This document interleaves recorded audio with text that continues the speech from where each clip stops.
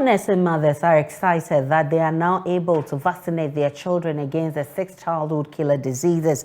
That's JoyNews' observation when the news team visited the child welfare clinics at the Drabaka Polyclinic in Accra. Monday morning, oral polio vaccine, measles and BCG, which were in short supply for months, are now available at health facilities for child immunization.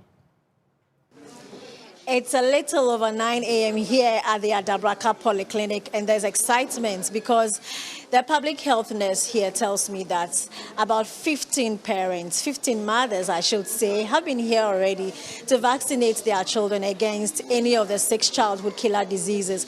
Prior to, we all know that we had in short supply these vaccines. Today, they are here, and this mother, Mamiesi, who has just vaccinated her child, is overly excited that she could get the vaccine for her child. She, however, had a caution for government. Now, Obano waji ni vaccines niya. Mpachai. Now, uti sena vaccines they be a shorty. Sena ma ofili ena sisi ya tise ni nyaba inti mothers mbuti miabe cha vaccines ni nyama mba sena ofili. Oh, sisi de jidamia sisi biaba. First de ne binu de ne high pa. Ne high pa because onwana ya di boy ba huban. Sisi ne biaba de nyam na eda na spa. The public health nurse here at this clinic, Patricia, is urging parents to come over. This is where you will come, meet the nurses here. They are ready to vaccinate your children. Please, she says that everyone should bring their children. I have seen the vaccines, those against polio, those against measles, those against BCG. Just come. She says that all the vaccines are here. They were delivered this morning. And so she's urging every parent who missed it due to the shortage or missed it due to 1 or 2 reasons, just come over here to the Adabraka Polyclinic or any other facility that your child can be vaccinated, so you get that done. We are all excited anyway, since we need the welfare of the kids. So we will urge all mothers to actually walking into all or any nearby facility around them to take their vaccines. Do you have all the vaccines you need now for the children? Yes, please. We have all. Which ones have you taken delivery of since yesterday to this morning? Probably all that, those that we weren't having earlier, we've received everything. This very morning, we've received everything. Yes. Would you say you have the quantities that you need for the masses that will troop in? Yes, please. For that one day, we do. We do.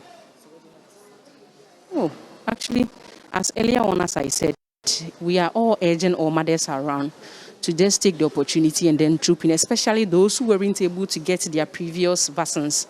All those that are there, please, we urge them to join any facility around them nearby and then take their vaccines, just to protect the kids also. Now we are heading over to the Mamobi Polyclinic, where today is actually a child welfare clinic, to ascertain the situation also there. Let's go live to some health facilities for updates. My colleague Hannah Dame is stationed there for us. Hannah, where have you been since morning, and what can you report from where you are? Hi. Hello, Aisha. I'm currently at the Mamobi Polyclinic, where we can see a lot of the mothers. They have come because some of them heard on the media, some of them through their friends also, that the vaccines are in. We knew the BCG, the measles, and the polio vaccines were in short, but today they are all here in their numbers. They are excited.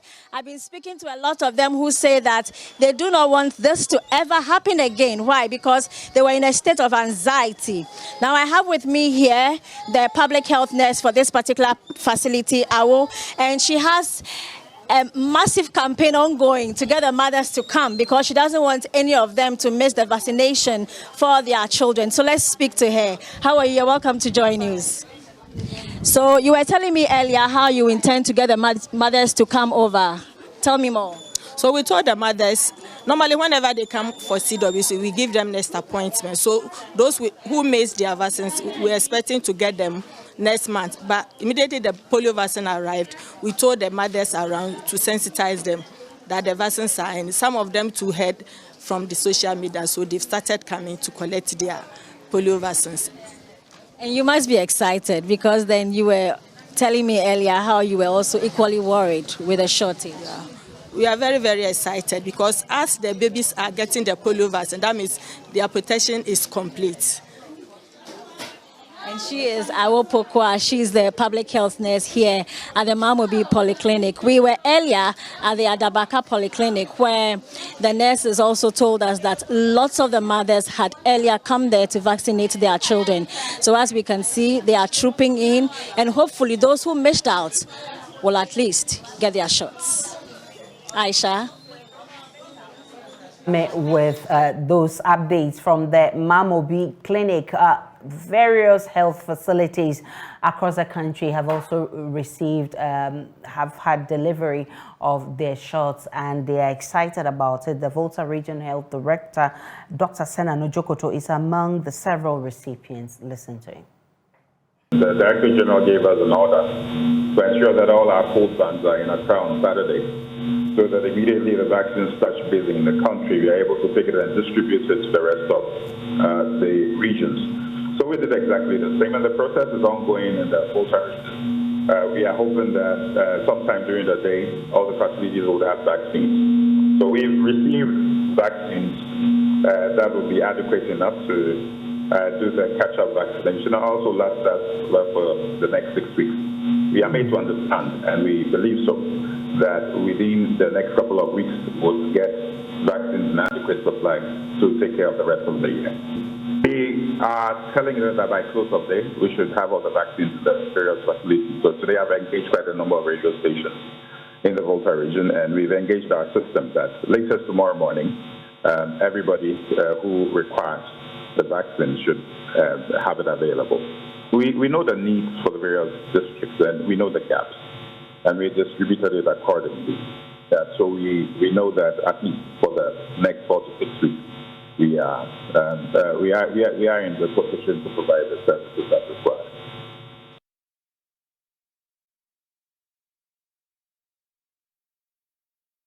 Away from the vaccines, the Ghana Police Service says it has arrested 6 suspects in connection with the soldier who was killed in Ashaiman over a week ago. In a statement, the police gave detailed account of events leading to the killing of the young trooper Imoro Sharif on March 4 and what investigations have yielded so far, including the arrest of 6 suspects who are to be put before court on Monday. Here are extracts of that statement coming shortly on your screens, and he says it has arrested 6 persons on 4th March 2023.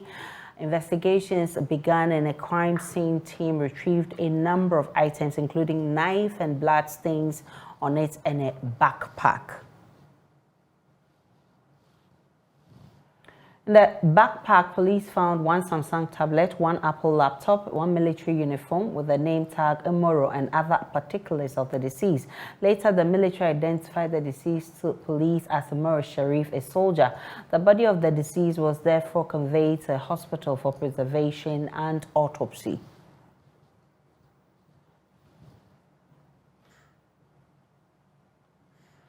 Upon visiting the family of the deceased, the police were informed that the deceased was stationed at Sunyang but had come to Accra on a course.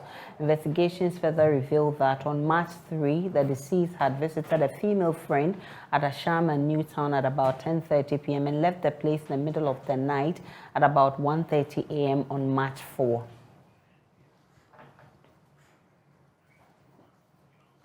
Let's go live to Ashaiman and speak with Member of Parliament for the area, Isaac Dogboe, who has joined us. I'm grateful for your time, sir. Today, I hear the case has been transferred to Accra. What more can you tell us about that? Well, thank you very much. Yes, the case has been transferred to Accra because the district court in Ashaiman is not working at the moment. So we are just hoping and praying that they get the rightful authorities to convict these young guys and then put them in prison custody for now. So I think it's in the bosom of the court as well as the police. They are working on it. But by and large, the Ashaiman community is calm. Okay, so the last time you indicated that you were yet to engage these people who were left off the hook by the military. What did they tell you? Well, I met them yesterday, and in fact, the brutalities of some of them as custody when the military took them away was, in fact, unbearable. As I speak with you, some of them had problems with their intestine. They are still at the hospital. They could not eat. They could not move, breathe well, etc. Some are discharging through their private parts. Yesterday, when we met them, people were showing us certain things. I was just dumbfounded, and that's why this morning I issued a statement when the police were able to arrest these guys. I issued a statement commending the police, the Ghana Police Service, including the IGP himself, who was on the ground, midnight, on the ground looking for the perpetrators of these heinous crimes. And that's all the more reason why I always say that the police is always trained to gather intelligence and effect arrest, and not the military. The military were just in Ashaiman just to brutalize people, to maim and to harm innocent residents of Ashaiman. So as I speak, most of them have gone back to the hospital to get treatment, and then some are still on admission. So now that the perpetrators have been arrested, would you rest your case of finding justice for those who were brutalized by the military? Well, it's one thing arresting perpetrators and another thing seeking for justice. So, yes, we'll still be waiting for the court, the law to take its course, but that is for the murder of the young soldier. But when it comes to the molestation and then brutalities meted against innocent civilians in my community, we are still pursuing that agenda. And so for that one, we will still go ahead. Are you set for court now? Yes, the Defense and Interior Committee will be visiting us. There are two things here. Yes, when I met them, they admitted there were excesses, and the military admitted there were excesses in their operation in Ashaiman, so they apologized. Now, they will be visiting us on Thursday. I put before them some sort of compensation for these innocent civilians. And so if they admit, fine, they have admitted that there were excesses, which means that they are now in terms with us saying that they acted ultra vires. So when they admit and they are able to compensate the victims, I don't think there's a need for pushing further. But if they insist that they will not give any form of compensation to these guys, that is where we have to push to the latter. And it's no way. I'm grateful for your time. He's MP for Ashaiman, and he says they are monitoring closely how the police will handle suspected criminals who perpetrated the killing of the soldier who was buried last Friday. And he says the issue of going to court has not been ruled out. Now, former national chairman of the opposition NDC, Samuel Ofosu-Ampofo, is expected to open his defense in a case he's accused of plotting to cause harm. In a leaked tape, Ofosu-Ampofo is allegedly, with others, plotting the harm to chairperson of EC Chair Jim Mensah. So Ofosu-Ampofo has been charged with 1 count of conspiracy to cause harm to 2 counts of assault against a public officer. The former NDC chairman was expected to open his defense today, but due to the late filing of his witness statement, the case has now been adjourned to April. Kweku Asante was in court for us. He joins us with more. Kweku, first remind us briefly of the background to this case. Right, we'll try and get Kweku back on the line to tell us more, but let's go to the Upper West region, where the Minister, Dr. Hafiz bin Salih, has expressed worry over the low performance of municipal and district assemblies in the region on the performance contracts ranking. The Upper West Regional Coordinating Council last year placed 15th out of 16 regions in the country, which the Minister described as collective failure and a wake-up call. JoyNews' Upper West Regional correspondent Rafiq Salam has more. The Upper West Regional Coordinating Council late last year trolled on social and mainstream media here for placing 15th out of 16 regional coordinating councils in the country. Residents of the region expressed their anger on duty bearers for the region's poor showing. To improve service delivery at the local level, government in 2015 started the implementation of performance contract as a strategy to enhance service delivery and ensuring that management of the assemblies are tasked to delivering some basic services. 8 years after implementing the performance contract, Upper Wasuja Minister Dr. Hafiz bin Sali expressed worry over the low performance of municipal and district assemblies in the region, describing their performance as a collective failure and a wake-up call. In the 2021 annual performance evaluation results, the Upper West region ranked 15th out of the 16 regions. The poor performance is largely attributed to the lack of commitment and compliance with report submission from the region's 11 MMDAs. So our failure is a shared responsibility and a wake-up call to all gathered here today. This, therefore, calls for an institutional arrangement that will challenge the key players in the local government system to live up to their role in the service, in the delivery of their mandate as enshrined in the Local Governance Act 936 of 2016. Dr. Bin Sali noted that the performance contracts serve as a blueprint for the assemblies and opined that any assembly that is able to meet the terms of the performance contract can easily sail through any performance measurement system. The overall goal of this performance contract is not to find faults with local government staff, but to enable district assemblies to meet their targets through improved performance and service delivery to the people. Ladies and gentlemen, I expect many of us to be agents of change locally. The many reforms introduced in the local government system should inject efficiency and effectiveness and introduce alternative approaches to achieving the roadmap to transforming our local economies. I have found that we can make these. Let's head to Bawku because a trip by the Defense and Interior Committee of Parliament to the conflict town of Bawku over the weekend was truncated abruptly. It is unclear why the trip scheduled to study the situation in Bawku was cancelled. The Bawku conflict has persisted over the years between the Mamprosis and Kosasis, leaving scores of people dead and others sustaining injuries. About 10 people reportedly perished in the latest disturbances. Military personnel deployed into the area also have been accused of being behind the death of the residents. Ranking member of the Defense and Interior Committee of Parliament, James Agalga, joins us for more. Mr. Agalga, I'm grateful for your time. We heard that you embarked on a trip to Bawku. Why was it cancelled abruptly? Well, cancellation came about as a result of some briefings we got from the DOC Northern Command in Tamale, which pointed to the fact that the security situation on the ground wasn't very conducive because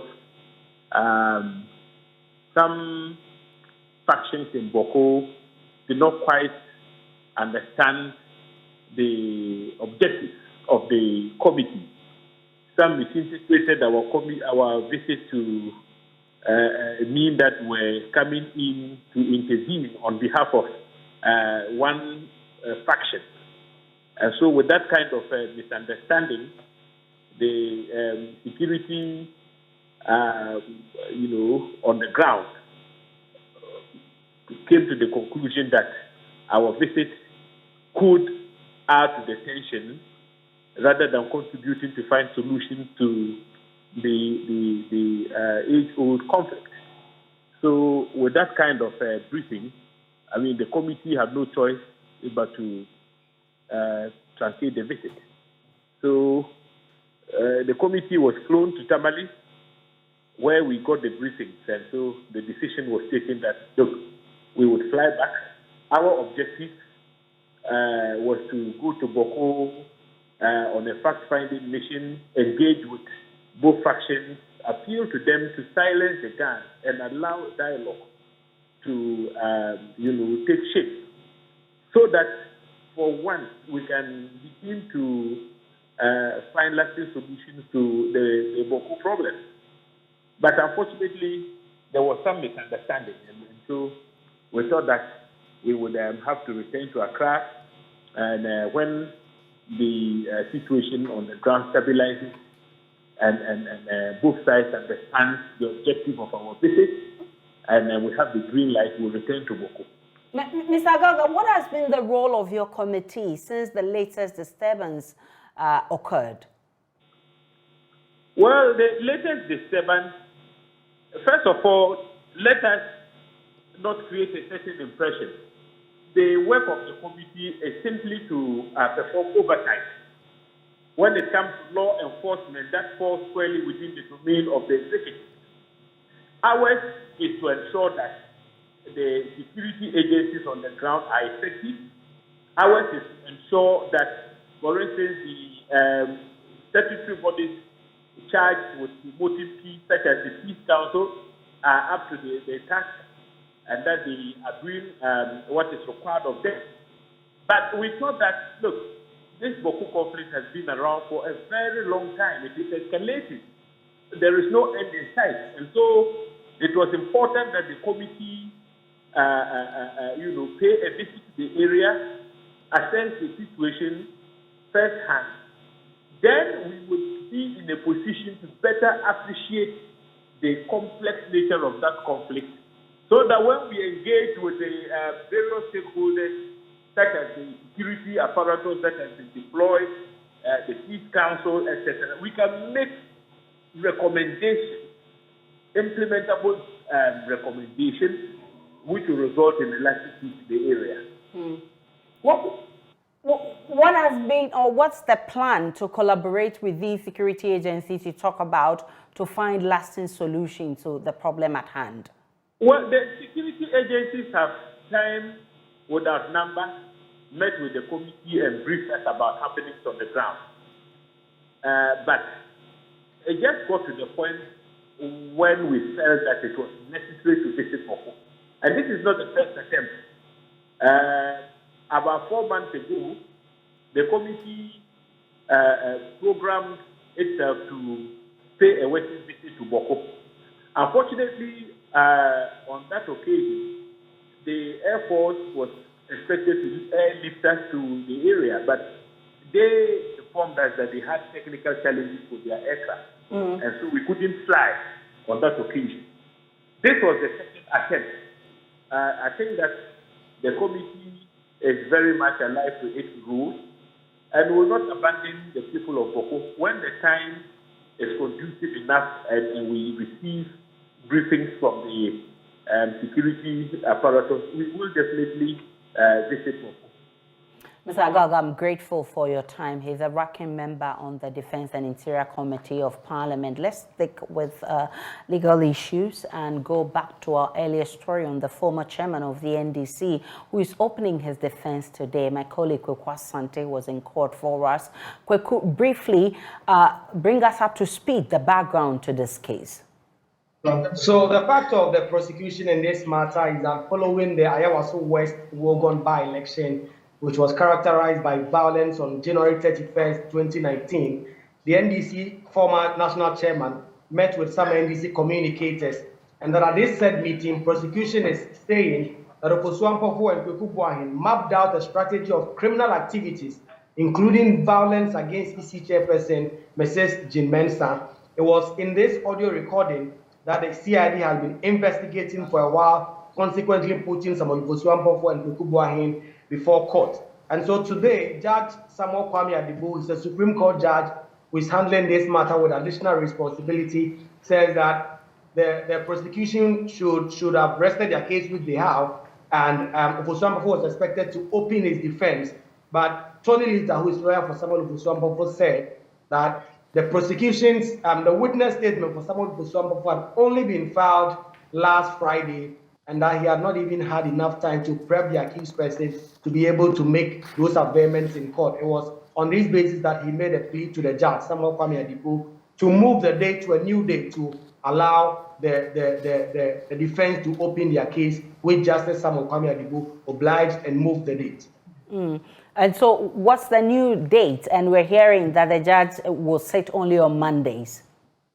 Right. The new date is now 17th April, and the judge, Kwame Adigbo, brought to the attention of the court and counsel on both sides that because of some additional responsibilities, he is only able to sit on this particular case only on Mondays, which meant that the next agenda date that he wanted to suggest was 3rd April. But Samuel Ofosu-Ampofo, through their lawyers, brought to the court's attention that the parents of the former NDC chair, the mother actually, would be buried the weekend prior to that Monday. And so they made another application that the date be varied and moved. And so the date has now been moved to 17th April. That is the next agenda. It is on this day that Samuel Ofosu-Ampofo, the former chairman of the NDC, is expected to open his defense as to why he should not be jailed, indeed, for the specific utterances he made on that tape, which the prosecution said he wanted to cause harm to Jane Mensah and other state officials. Kwekwa Asante is a man following the case. We'll definitely be bringing you all that happens in court as and when we get it. Now, in our Ghana Man series, he was the king of Kapipo at the time. The capital town was Gold Coast and was moved to Accra in 1877. He refused to help the British capture the golden stool of the Ashanti people. He was exiled in Elmina for 3 years, but Gans refused to replace him. Here's Manche Takitaria, but what do young Gan people know about their king? In this series, Jojo Kobna finds some answers.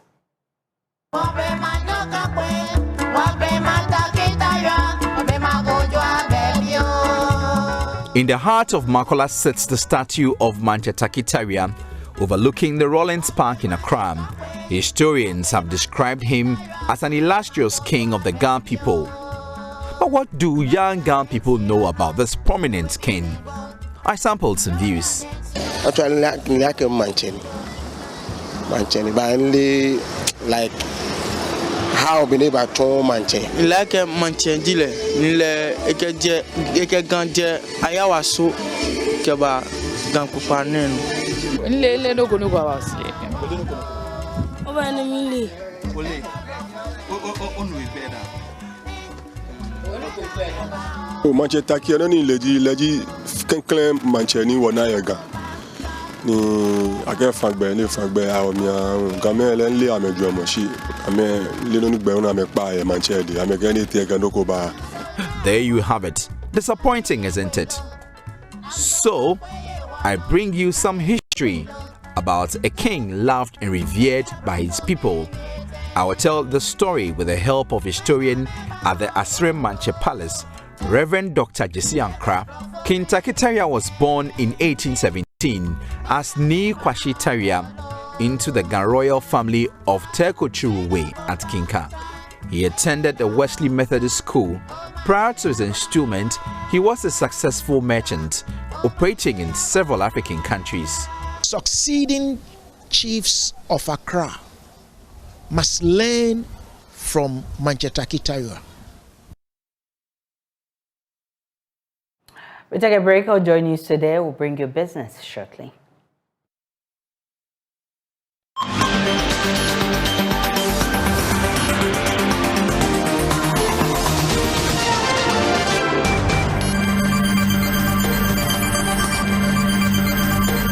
Hi everyone, warm welcome to the business segment on JoyNews today with me, Pius Kojo Baka. To our very first story, the United Nations Industrial Development Organization has announced a $3.9 million support program for micro, small and medium enterprises in Ghana. Now, according to the project manager in charge of food security and food system unit, Marin Muzuno, this is aimed at scaling up Ghana's national initiative on MSMEs. According to Marin Mizono, acquiring proper enterprise performance management skill is crucial to the sustainability of MSMEs and enterprises growth, hence the need for the government of Japan to sustainably and continually improve quality and productivity of businesses in Ghana. We have received in US dollars 3.9 million as a project fund, out of which we will be reaching out to, we're talking about hundreds of Ghanaian enterprises to provide support in terms of productivity management, quality management, resource efficiency. So the project, the main focus of the project is manufacturing sector, because this is where we can apply the enterprise performance management as well as the Kaizen. And we particularly focus on the agribusinesses, because agribusinesses have a higher implication in terms of resource efficiency, environmental sustainability, and also the social development, because many of the enterprises, agribusinesses, are based not only in the city center, but are spread it into the rural areas. So the social factor is stronger in agribusinesses. So these are the main focus. Chief Executive Officer for the Ghana Enterprises Agency, Kosi Yankee Aye, stated that the project is going to stimulate the national expansion drive for MSMEs, with emphasis on production efficiency, food safety, and compliance to make them more efficient and competitive. The Kaizen intervention is an intervention that was the concept that was designed by the Japanese to support manufacturing and businesses and industries. And what we've done over the past few years, over 7-8 years now, has been really implementing Kaizen in businesses across the length and breadth of the country. Now, over the years, we realized that there was a need to expand this intervention across the country and focus on agribusinesses and how to sustain those businesses. So this new project, which is funded by JICA and is being implemented by UNIDO and Ghana Enterprises Agency, is supposed to support these agribusinesses by providing them with the technical assistance and knowledge to be able to build their businesses. Alongside that is what they call the SSAB, which is a technology platform that would help businesses understand their productivity improvements based on the interventions that we provide for them. The call for proposal for this program will be open until the 30th of April for the enterprises to apply. The selection will be duly conducted for the final nomination of the enterprises to be supported under the program. Now, Executive Secretary of the Chamber of Petroleum Consumers Ghana, that's COPEC, Duncan Amwa, is optimistic that 600,000 Russian crude oil shipped and stored in Ghana will not stall Ghana's relationship with other trading partners. He's been speaking to my colleague James Ishen. You see, in fuels trading, Russian cargo is not banned entirely. In fact, you can buy their cargo except that it has a cap of $60, meaning you shouldn't pay more for the Russian economy to be able to continue to fund the war. So buying cargo with Russia shouldn't be a problem. We are all for any way to get cheaper products if there's any such thing. We will be all for any way of getting much competitive prices on the market for the consumer if there's any such thing. There are regulatory issues.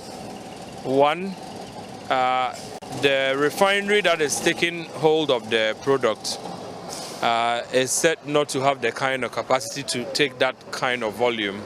And questions are being asked as to how they intend to even do the processing and how to ease that also onto the markets. That in itself doesn't make it bad or criminal. Again, you also have a situation where questions are being raised about whether indeed it is crude or it is AGO contained in that vessel. Is it a combination of the two?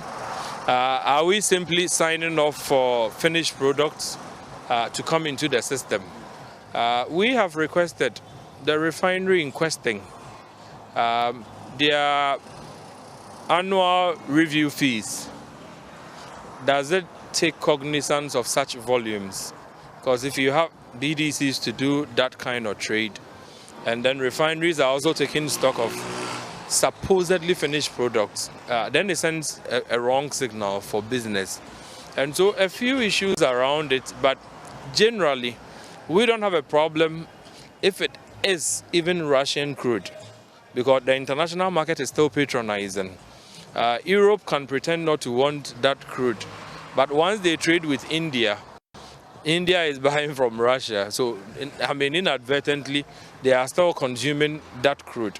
And we believe strongly that if you were to knock out Russia completely from the international fuel supply market, prices could double overnight because their volumes are huge. 10% of global supply is something you cannot joke with. So whether we like it or not, the global system shakes off, but still finds a way to accept Russian crude. We don't have a problem with it so long as prices are going to be competitive, so long as we are being told the exact truths and not that some people are playing, different trade games, bringing finished products and saying it's crude.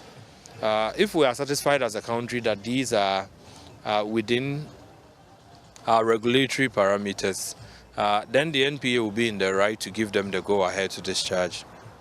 But one may say we've seen 20% fall in their revenue. Now let's look at Ghana. One may say in the long term, this could cause a serious problem for Ghana and its trading partners in other parts of the country. I don't know if you side with them.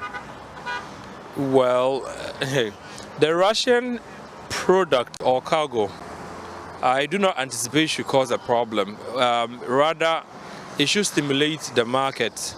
You should have a situation where, because their prices are hugely competitive and there's a cap on them, what you buy from other parts of the world might be slightly higher. And I will be all up for getting that cargo because, like I indicated, you can read about embargo on Russia and what sort of embargo that the West has placed on them. Their products are still on the international market and is being patronized by countries. So buying from them should not spark any diplomatic row, except that we should be sure that indeed, is it crude we are bringing in? Is it finished products? AGO, like we are being told in some quarters. Dan Kanamwa Night interaction with my colleague James Ishen there. That's it for business for now. I am Pius Kojobaka. My colleague Darrell Kwa will come your way at 1 p.m. with the marketplace.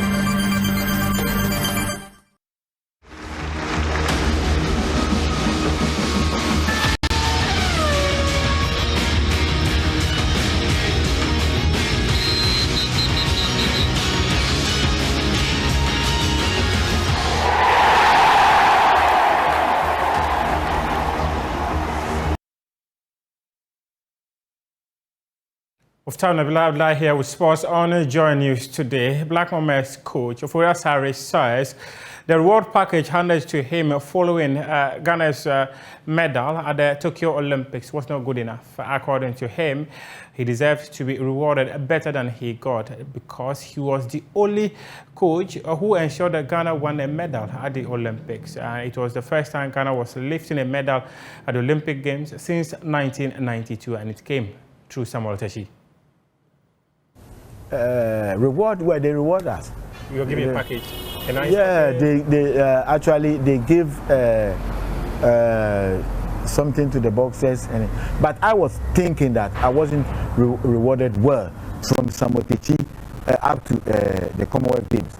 That was my opinion because I'm the head coach. I was the one who made Samotechi to win the medal. I was the one who made those boxers who at the Commonwealth Games won that medal. What did they give you? But I think they give those who won the bronze medal, they give them the bronze medal even higher than me. Those who get the silver even higher than me. Was it $5,000 or was it $3,000? I think the 5,000 was for the boxers. Okay. But ours, I think I forgot about it. Mine is lower than both. What's your $2,500 or something? And even mine is I'm even equal to all my assistant coaches. We get the same pay. So the difference didn't come out because I'm the head coach. I am the one they can sack from the team. I'm the one who come out with all the programs and everything. So I didn't know why they can't understand that particular thing. and to the Olympics and to the Commonwealth Games. So, well, they gave me something, but I was thinking that you deserve more. I deserve more than that, because even at the Olympic Games, there are some coaches who didn't even achieve anything. And on April 1, Ghanaian boxer Isaac Dogboe will be in action. He's coming against Roberto Ramirez in a contest that is going to set him up to become a world champion. Well, my colleague Nathaniel Arthur has been speaking to his trainer, Harry Banta, and he's been speaking about how Isaac Dogboe was psychologically affected after those back-to-back losses against Emmanuel Navarrete. It was wild. That was from above, and I'll tell you why. So we first saw Isaac fight when he won a world title against Magdaleno, right? That was Saturday. I liked him. I liked his energy. I liked everything about him. The fact that he got dropped, got back up, ended up stopping Magdaleno for it. I mean, it's classic. That's movie stuff. When I got to the gym that Monday, I was talking to Boogie, and I said to him, I said, man, you know, there's a kid that fought this weekend. Did you see that fight? You know, Isaac, we call him Dogboe. Dogboe, yeah. Because of the spelling of his name, yeah. And I said, man, I would love to train him. You know what I mean? And so we laughed and talked, and we liked how he fought, you know, the whole nine. And lo and behold, so we started watching him. And when we were watching him, there was something different about after he won the title as opposed to winning the title. When he won the title, you could see the hunger. You know, you could see the fact that I need this, I want this. That's what really got him up off that canvas. That's your sports for now. We do have more sports stories on myjoyonline.com. Up next is World News.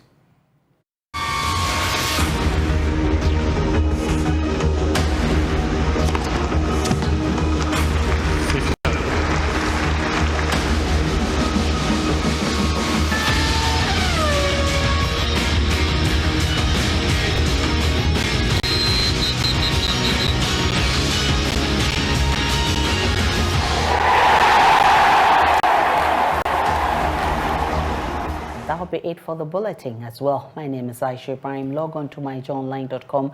There's more of the news and updates of all the developing stories to enjoy the rest of our programs.